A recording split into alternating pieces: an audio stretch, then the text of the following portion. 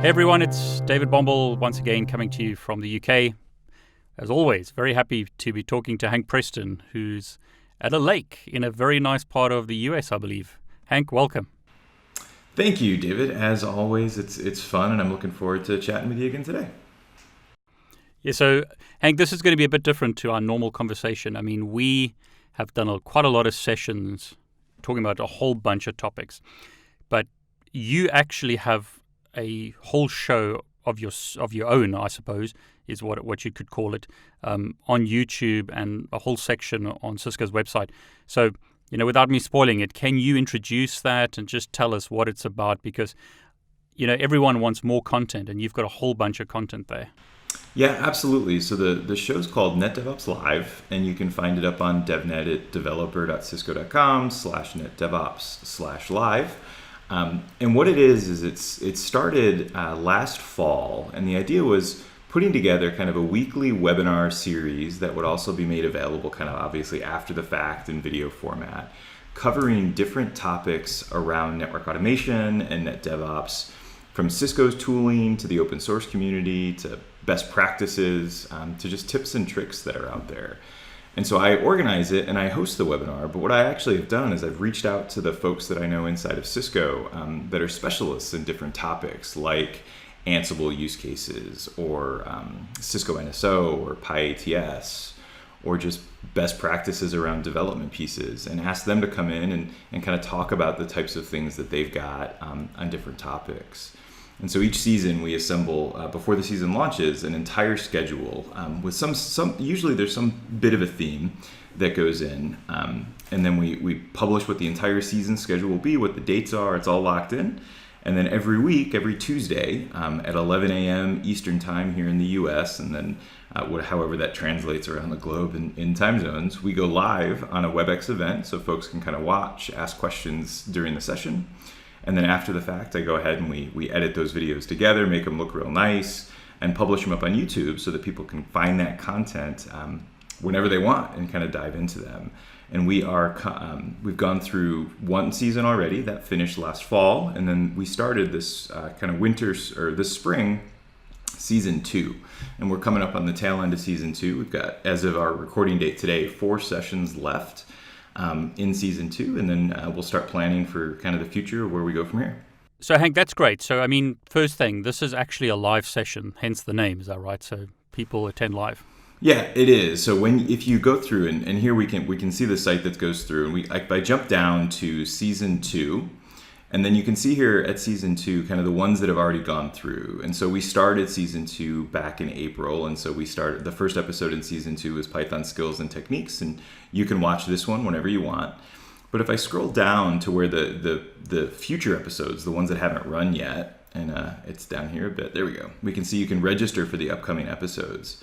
And so each one of these, if you go ahead and register for it, it runs as just a WebEx event. You can sign in and watch the webcast live as we kind of go through it. So this upcoming Tuesday on June 4th, again, as of when we're recording the session, I'm going to be doing a really exciting session on automation best practices as far as security goes, things to make our network automation scripts more secure, kind of do things a little bit better in that space, because it's a topic that's come up a lot. And I figured it was about time we tackled it as a topic, and NetDevOpsLive is kind of the perfect framework and timeline for us to do something like that. Yeah, so that's like a really important topic. Is that like, trying to not put your passwords in clear text in your scripts type of thing? Exactly. Actually, the majority of the session and the demonstrations are tackling that specific question, strategies where you don't want to put usernames, passwords, IP addresses directly in your code. And we go through a couple of different examples, from fairly straightforward and easy to go through, all the way up to more complex where we actually encrypt them in external systems and kind of talk a bit about how sources of truth and those types of pieces factor into to kind of network automation strategies as it goes through. Yeah, I mean, so this is great. So depending on when people are watching this video, because, I see you've got a session at Cisco Live as well. I mean, if they watching this before those launch, they can register, join you, but afterwards they could just get the videos on YouTube anyway, yeah? Correct. Yeah. So as soon as like on this upcoming Tuesday, I'm actually delivering this content on Tuesday. So I will do the session. I'll capture all of the content for it, and then over the next couple of days, I'll edit it down, and it'll get turned in and then moved from an upcoming episode to a future one. And so you can see here, our most recent episode was building applications with Cisco DNA Center platform.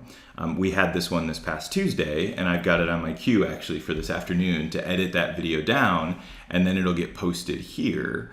If I scroll up a little bit farther, you can see the one from last week was another session on network testing and using PyATS. And so you can see the videos posted there already. So as soon as I can, I edit those videos down and we post them to YouTube and then link them here so that people can watch them. And then every episode, you can see here, we've got this View Webinar Resources button. So during the episode, the presenters will talk about learning labs and sandboxes and documentation resources, and give demonstrations and code samples. And you can find all of those just by clicking the View Webinar Resources. And so you can see you can download the presentation slides, get links to all the sample code that was shown during the session, and then all of the relevant kind of documentation, both from DevNet as well as outside of DevNet across Cisco or even the open source world, depending on kind of what topics were covered in that video. Suggested learning labs, and of course always the sandboxes so folks can kind of practice these things without having to stand up a lot of their own infrastructure. Yeah, I mean, the important question, and I know we've harped on this many times, but I'm going to ask it anyway, just for anyone who's new, is this is all free, is that right? Yes, absolutely free. Yep, you can go ahead and access all of this material. You can kind of watch the videos. You can register for the sessions. Now, we do encourage everybody to register and become a member of the DevNet community because that helps us kind of understand our audience, and then you can go ahead and get access and leverage our sandboxes and learning labs, but all the content that they're, again, no cost for it.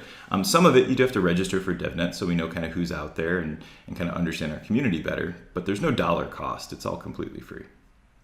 So I've got a few questions. So let me ask this first. You and I have done a whole bunch of calls together, and I've published that on my YouTube channel.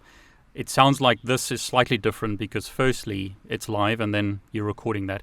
But secondly, you're also getting a lot of your team members, or I don't know what the right term is, but a lot of the people at DevNet to come and present as well.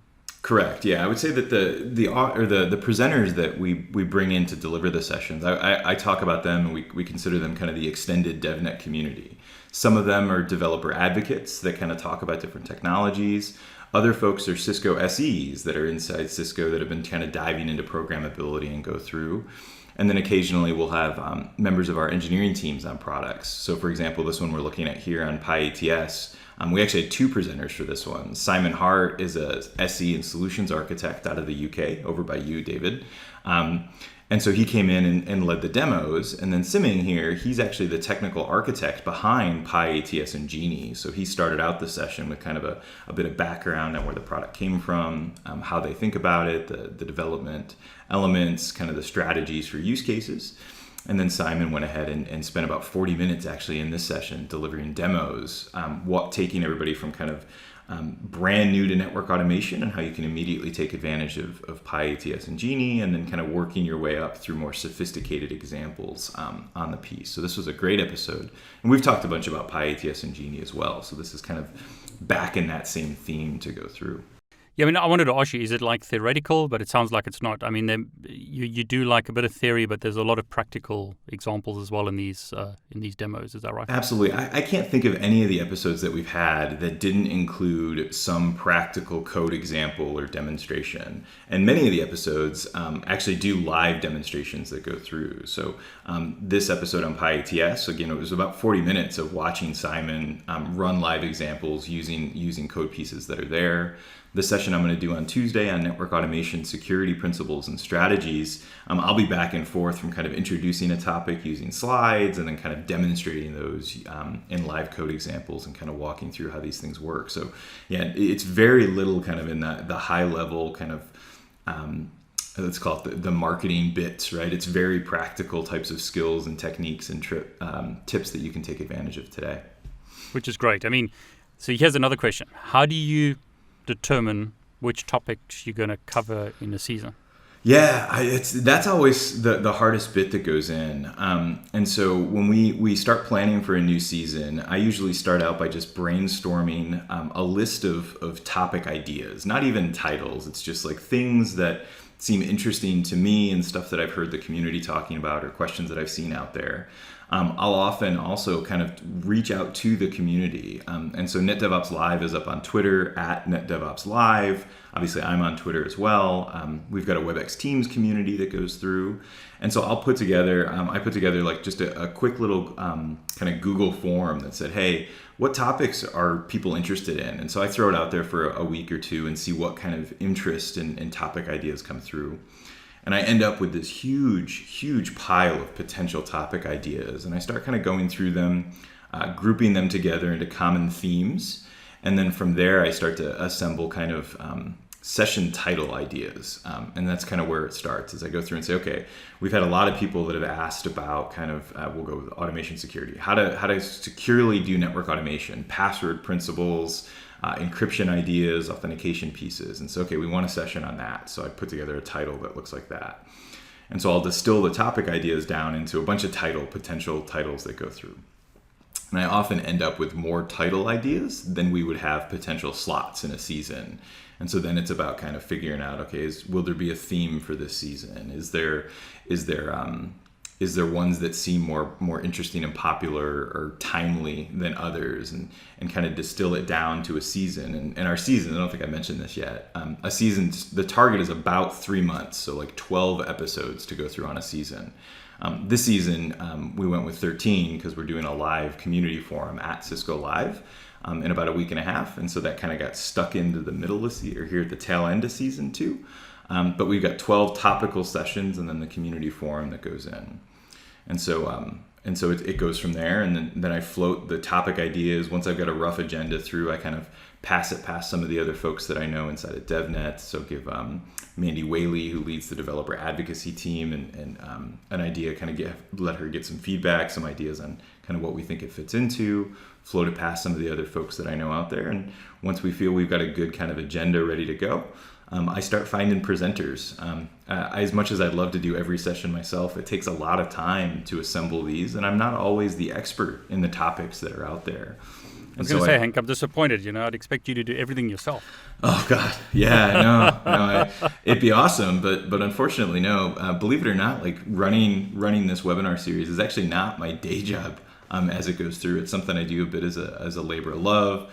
It's really important. I think the topic ideas are there. And so I've had to kind of figure out how much and how I can leverage the other folks that I know that are in the community. And frankly, I don't think... I'm just kidding, of course. No, and honestly, I don't think everybody just wants to hear me talk all the time. A little bit of variety now and again is probably a good thing. Yeah, so some more questions. How did you say people can submit their ideas? Is it just, will you give me links that I can put it below this video, perhaps? I will. So you know what I'll do is I'll put one together from this, and it's just a link to a Google form, completely anonymous, and it's just, hey, what would you like to hear about, or what are some different network automation topics that you'd like us to potentially consider for coverage? And we're getting to the point now where we'll start collecting ideas for a potential next season as we go through on that. So yeah, I'll definitely throw that, put that link back together so that you can have it and post it. So when you talk about seasons, I mean, is it like once a year, twice a year? How often do you run these seasons? Yeah, so there's no hard and fast rule. So our first season started it was the fall of 2018. So I think it ran from September, October, and November in 2018. And then we started season 2 in April. So it's running April, May, and then June, and it'll finish at the end of June. We haven't set the specific plans for when the next season will run, but I imagine it'll be maybe we might come back after kind of the big summer conference season goes through. This is we're kicking into a really busy time for our team in DevNet as we run from Cisco Live and a couple other events. And so we might look at the fall, so come back probably in that September, October, November timeframe for season 3. So a couple of seasons a year is probably kind of where we target into. That's great. I mean, so here's a hard question for you. As always, you know me, I like to push you. Which was your most popular, or what are your most popular sort of videos or sessions. I don't know what you want to call it. Like, what do you think people have been most interested in? So, have you got like a top 3 that you can share? I can think of one that I definitely know. Yeah, so I mean, looking at the metrics for registrations and which videos have been the most popular, it's probably not a huge shocker. They tend to be kind of the introduction to Python or Python tips. And so if we go, if I jump to season 1, episode 1. So season 1, episode 1 was useful Python libraries for network engineers, really targeted to the audience that was there. It was well attended. One I remember. Yeah, it was well attended live. It continues to be one of our most popular videos up on YouTube, even today. And it's been months and months since it went. So this was a really popular one that went through.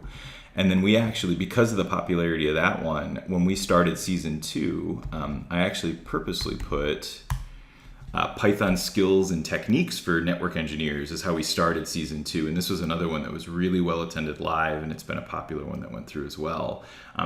So those kind of fundamental Python skills, really quite popular as they go in. And then a few weeks ago in season 2, I can't remember which episode, I think it was like 5. Where is it here? Yeah, this one, 5. I thought this was another good one that was kind of went through. And again, it's back to these kind of fundamental bits. And so in laptop tips and tricks, I went after it saying, okay, we've got all of these network engineers that are starting to use their laptops as kind of a network development or network automation type of a workstation.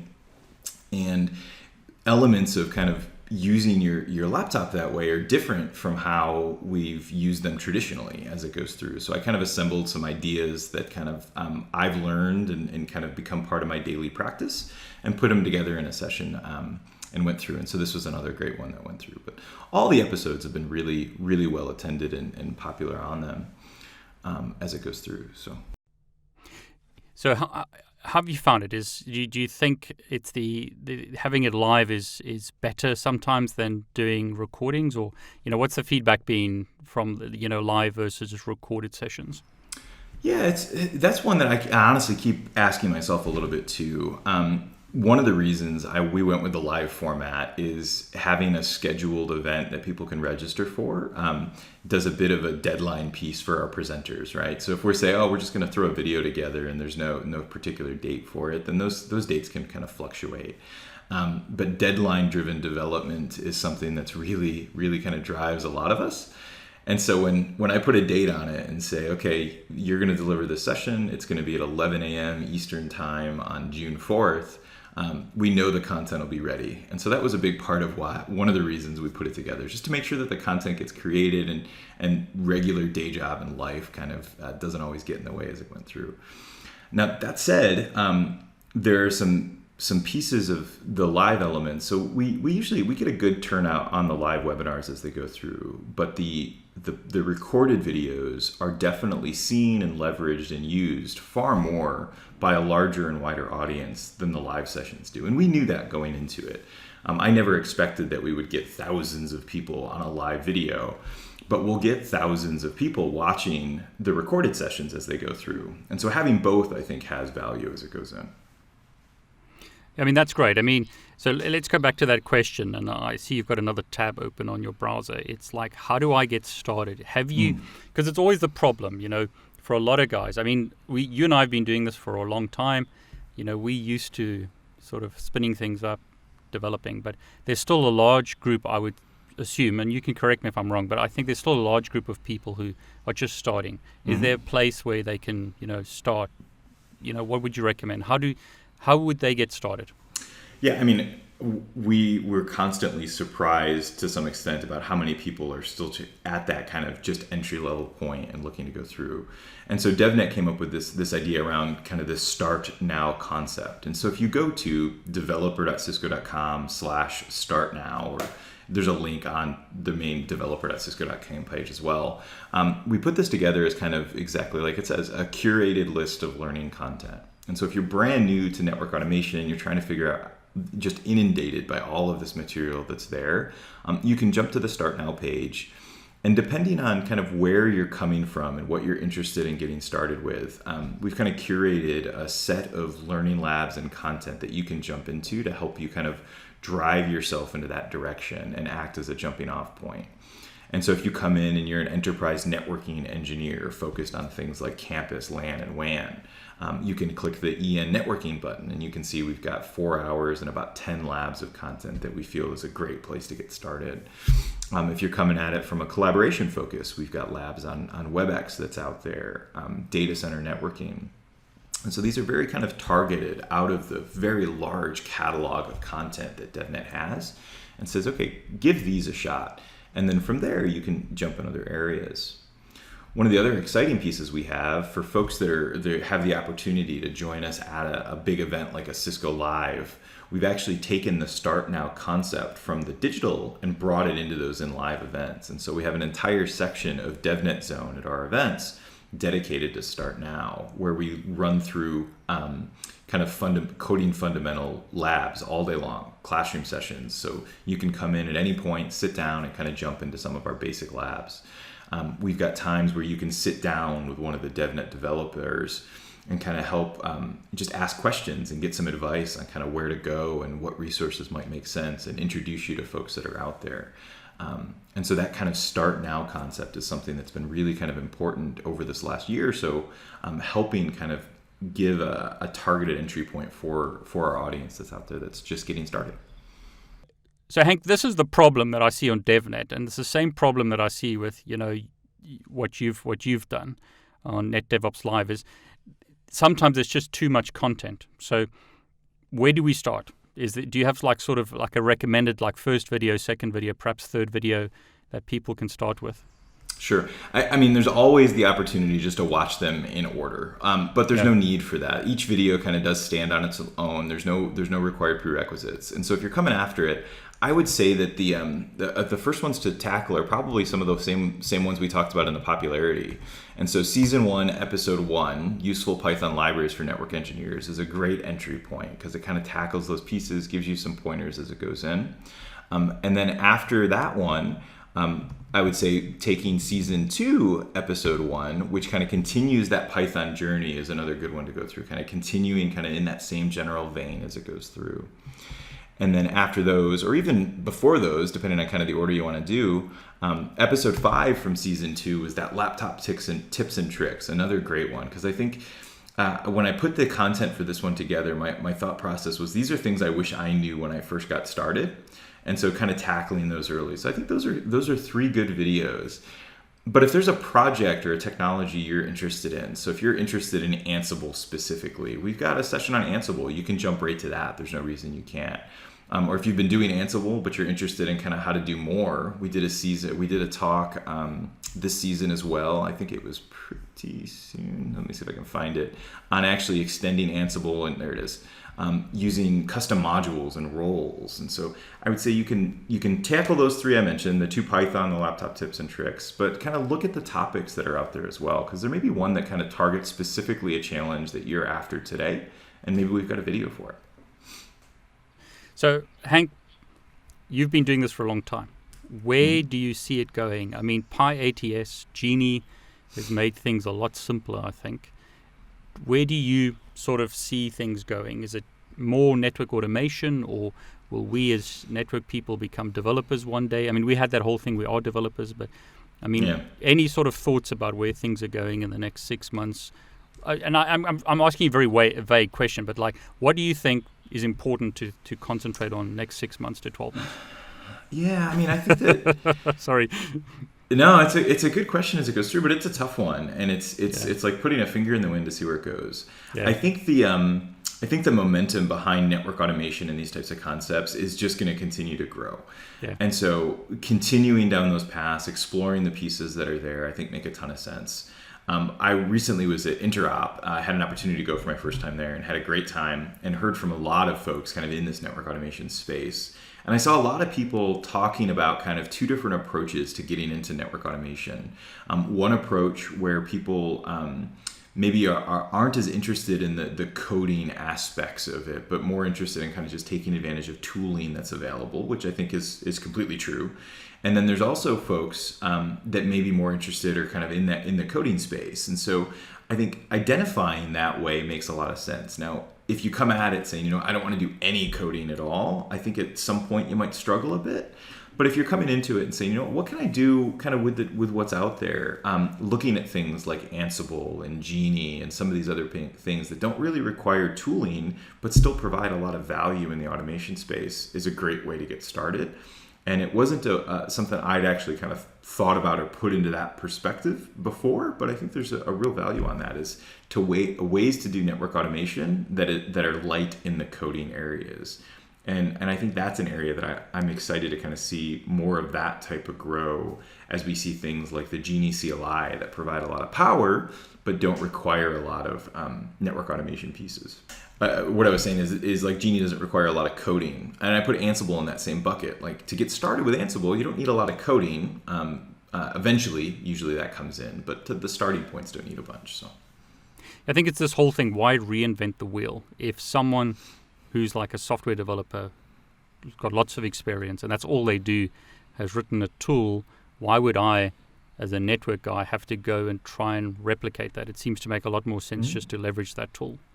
No, and I've never been a fan of thinking that we need to reinvent wheels all the time. I think what the network automation engineer, the network developer, is going to spend a lot of our time doing when we're building code or doing pieces like that, it's not building tools per se. It's really going to be kind of something I've heard referred to as kind of like glue code, right? So we've got 3 or 4 different things we're using, and they all work really well on their own, but I need a way to kind of take something from system 1 and integrate it with system 2, and then take the output of that one to system 3, and then finally get the result. And it's that bridge code. I think that's where we're going to spend a lot of our time as we kind of evolve and become more sophisticated. But individual tool use should be fairly kind of off the shelf, I think, is kind of where we'll end up. Yeah, I think so. I mean, it makes a lot of sense. I think when you and I started doing a lot of the network automation stuff, there weren't necessarily that many tools around. So it was like the early days. You had to do a lot yourself. But as it looks like, as things are maturing, a lot of these standard tools are becoming available. Like we had Paramiko, then it became NetMiko, and now we've got a Nonia as an iteration of that. It seems like the tools are getting more and more refined, which makes it easier for everyone. Yeah, and I think we'll continue to see that go through. And then, as I mentioned, the focus we'll have is really not in building the tools, but pulling them together into the pipelines and the order that we need for our individual use cases. Hank, I don't want to put you on the spot, and obviously I don't want to get you into hot water, but just your personal opinion about the industry and sort of where things are going. Do you still see network automation, programmability as being the future for the next few years? Yeah, without a doubt. I mean, I think that anything could change, but I think it's almost a given that that's kind of the new norm and direction that goes through. Even inside of Cisco, our marquee products like Cisco DNA Center, Cisco ACI, at the heart of them, they're doing automation. They're doing a lot of the automation and trying to offload some of that so that folks don't have to do as much heavy lifting on their own. But even at that point, every one of those tools are built with an idea that somebody's going to integrate that into something else. And so if you're using Cisco DNA Center, the actual automation of the individual switches might be handled by Cisco DNA Center, but you still need to get information to and from DNA Center. You need to integrate it with your ticketing system. You need to figure out how you're going to work that into your operational logging system. And so the kind of the outbound automation pieces is a huge part of that tool set. We see the same thing with Meraki and with Cisco ACI out there. So I think automation and this kind of integration is just the new norm, and we should expect to see that to continue. Well, that's great advice. I think it's very true. Well, that's great. So Hank, thanks so much. I want to wish you all the best and see you in a week. Sounds good. Talk to you soon, David. Cheers.